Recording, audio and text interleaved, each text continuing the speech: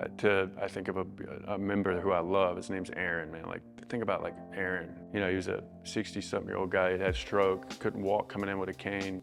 Had he not had our coaching, he could be well on his way to quicker death. He came, he's been willing to put in work, and now he's no longer walks with a cane. He walks a mile to our gym every day and a mile back. Like that, to me, in my mind, is all that complexity and all the hardship and effort and energy to go and to do all of that worth an Aaron? You know, and every time I ask myself that question, every time it's yes. Ben, how's it going, buddy? It's good to have you here in Scottsdale. Brother. Give us a brief explanation on what you're doing, why you're doing it, intentions behind it. I know I said brief, and I know that's a long one. Yeah, you know, I saw a problem going into Atlanta, moving my family into the inner city of Atlanta, and at the time working with an organization called Iron Tribe, a group model, a functional fitness model, but we were blessing people's lives, you know, but people that could have access to that level of coaching and that quality of community were people that could afford $250, dollars a month.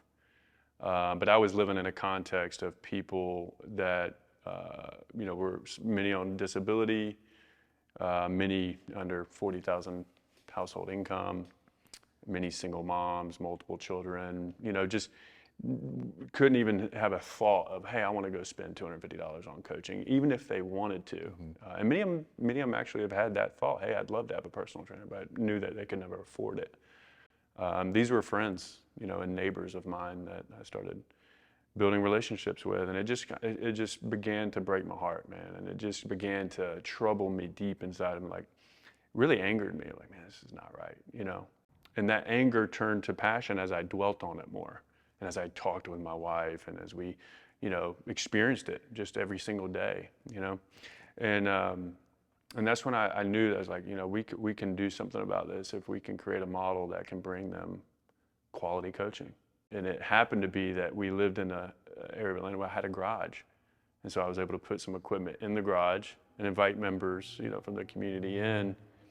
And it wasn't 2 months into us doing that where I thought of James and called him. I said, James, what I'm trying to create is like the YMCA of functional fitness, right? Like a nonprofit model that we can bring one-to-one individualized coaching to.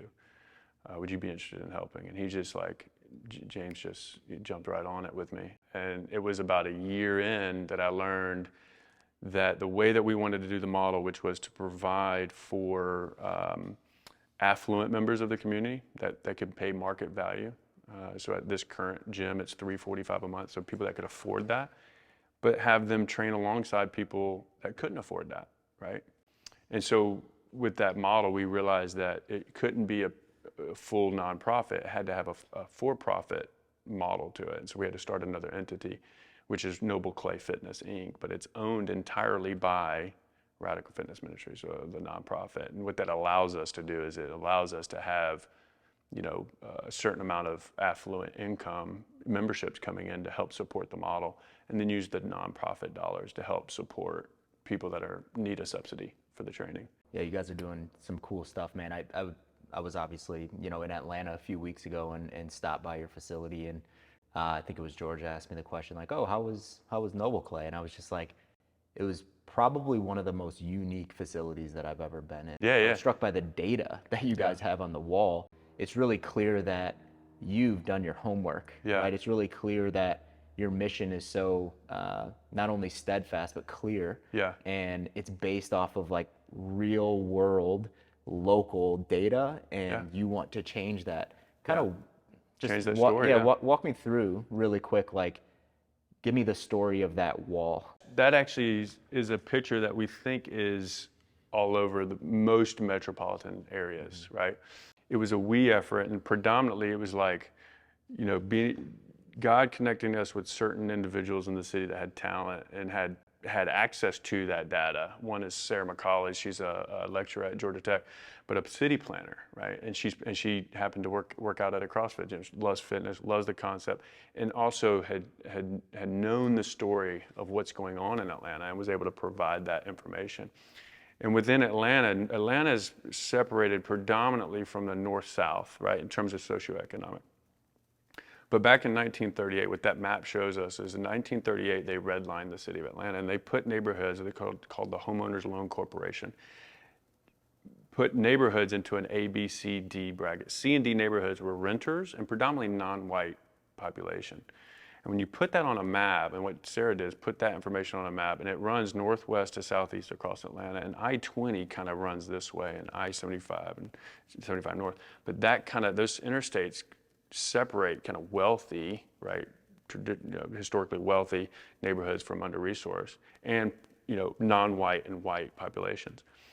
Then we taken all that information from 1938, we overlaid the map with information from the CDC and other sources as recent as 2018, what that map shows, showing where's the highest rates of poverty, where are the highest rates of non-white population, where are the highest rates of obesity, diabetes, mental difficulties.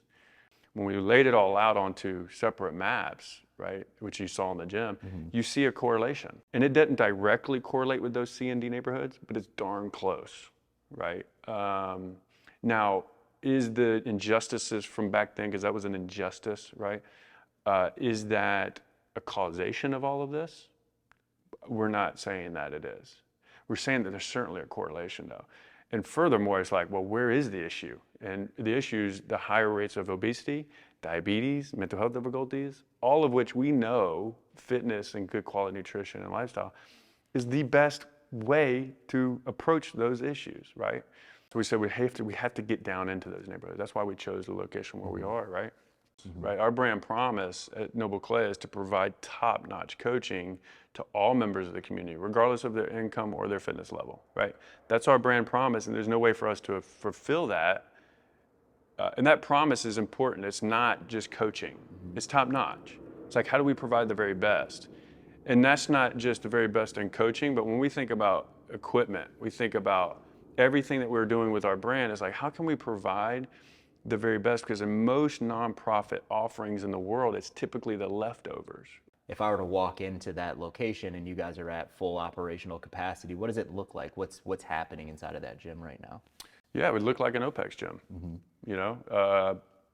5 to 12 people doing their individualized programming that their coach has developed for them. And then you have a floor coach or two on the floor going around and keeping people safe, helping them move well, encouraging them, engaging them, building a relationship with them, but ultimately ensuring that dose response is happening from each and every individual within the gym, right?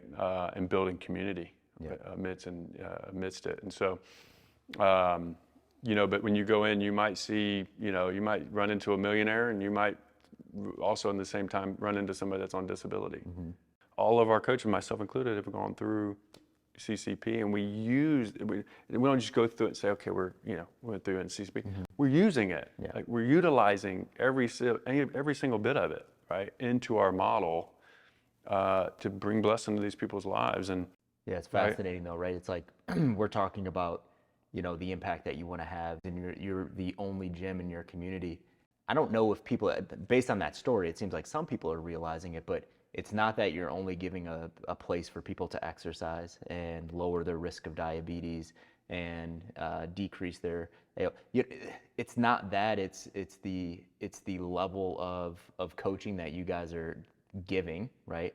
The facility that you guys are giving, the relationships that you guys are building, that is so unique no matter where you're at. So it's fascinating, man. And I just want to say thanks for allowing us to have an opportunity to, donate our education to you guys to be a part of the impact. You guys are doing the work. I'm so grateful. I'll end it on this question. It's a big one, but I know that you've thought about it. Where will Noble Clay be in 5 years?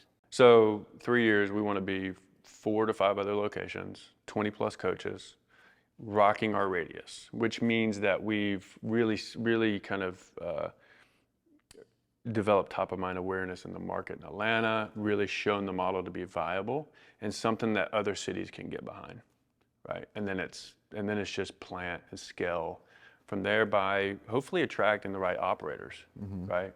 Other people passionate about the same cause and willing to,